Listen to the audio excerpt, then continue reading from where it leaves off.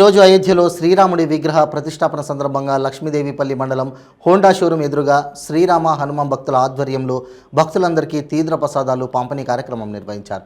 ఈ కార్యక్రమానికి ముఖ్య అతిథిగా కొత్తగూడెం డీఎస్పీ అబ్దుల్ రెహమాన్ కొబ్బరికాయ కొట్టి తీర్థ ప్రసాదాలు వారి చేతుల మీదుగా భక్తులకు ఇచ్చారు.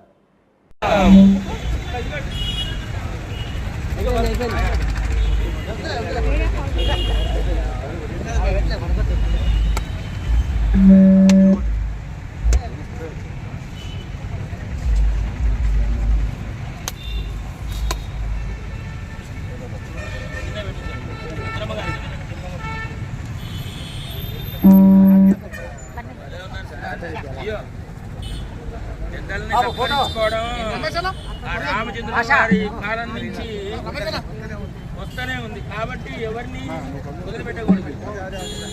మన లక్ష్మీదేవిపల్లి మండలంలో అట్లానే సంజయనగర్ వాస్తవ్యులందరూ కూడా శ్రీ బాలరాముని ప్రతిష్టాపన ముహూర్తాన్ని పురస్కరించుకుని ఈరోజు స్వామివారి ప్రతిష్టాపన మహోత్సవాన్ని పురస్కరించుకుని అందరూ కూడా స్వామివారి కార్యక్రమంలో భాగస్వాములై స్వామివారి తీర్థ ప్రసాదాల వితరణ నిర్వహించడం జరుగుతుంది హోండా షోరూం ముందు.